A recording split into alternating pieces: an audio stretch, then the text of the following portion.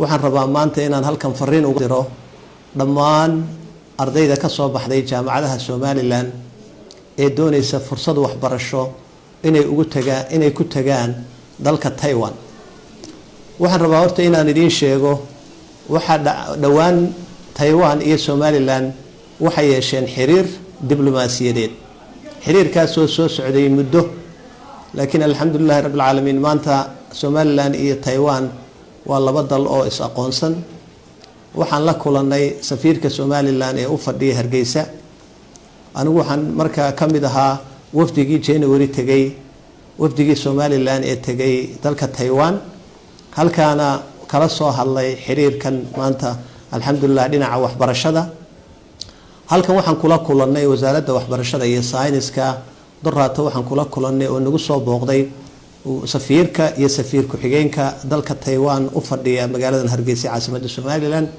waxay noo sheegeen in ay diyaar u yihiin in ay scholarship-yo siiyaan dhalinyarada jaamacadaha ka baxday ee Somaliland, waliba gaar ahaan kuwa doonaya master's degree iyo PhD. waxa haddaba aan doonayaa inaan halkan uga sheego ardayda doonaysa haddii Ilaahay yiraahdo waxa weeyaan process dheer baa la galaa.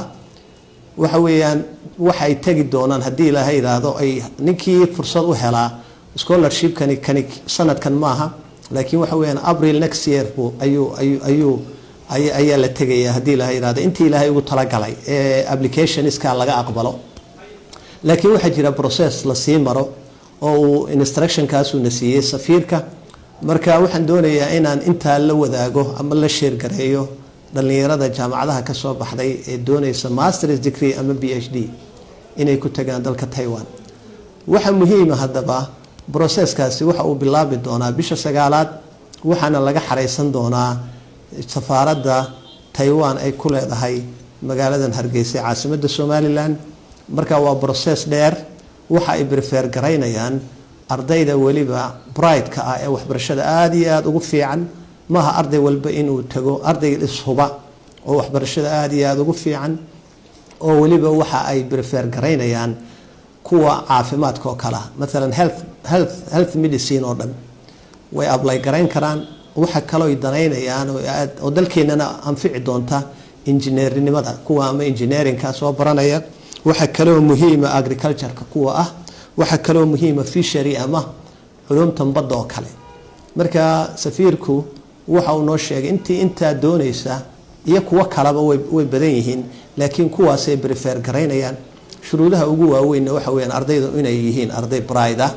waxa weeyaan dhulka markaad tagtaan afka lagu baranaya horta waa af Ingiriis, laakiin waxa jira one year markaad ka eegtaan one year waxa jira afka dalkaas la barta oo qof walba u fiican oo dal ajnabi ku bartay. afka Chinese-ka ama afka Taiwanese waa isku af, Chinese-ka iyo Taiwanese waa isku af, Mandarin baa la yiraahdaa. marka one year compulsory waxaad ka arki doontaan haddii Ilaahay yiraahdo website-kooda.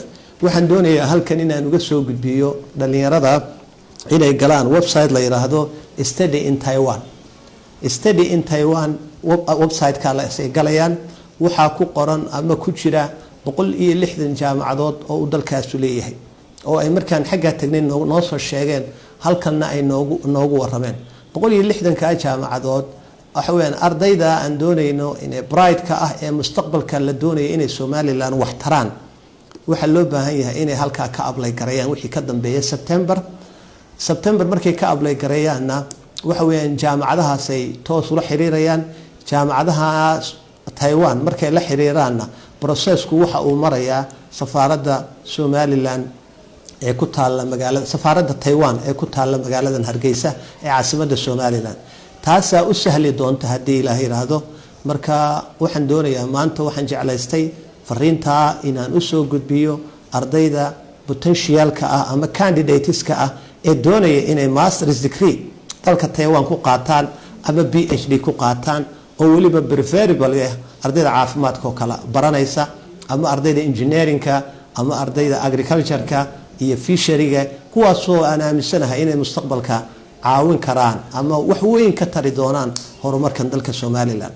fariintaasaan u gudbinayaa wixii information ah ee dheeraada ay doonayaan insha Allah taala waxay kala xiriiri doonaan safaaradda Taiwan ay ku leedahay magaaladan Hargeysa oo ay imikaba wasaaraddan cadaaladda agteeda laga furi doono hadii Ilaahay raado sidoo noo sheegay safiirku noo sheegay safiirku xigeenkuba waxa weeyaan waa fursad u soo korodhay dalkan waa fursad qaaliya intaasaan ku soo gabagabeynaya khayr baan idin rajaynayaa wabillahi tawfiiq. Assalaamu alaykum wa rahmatullahi wa barakatuh.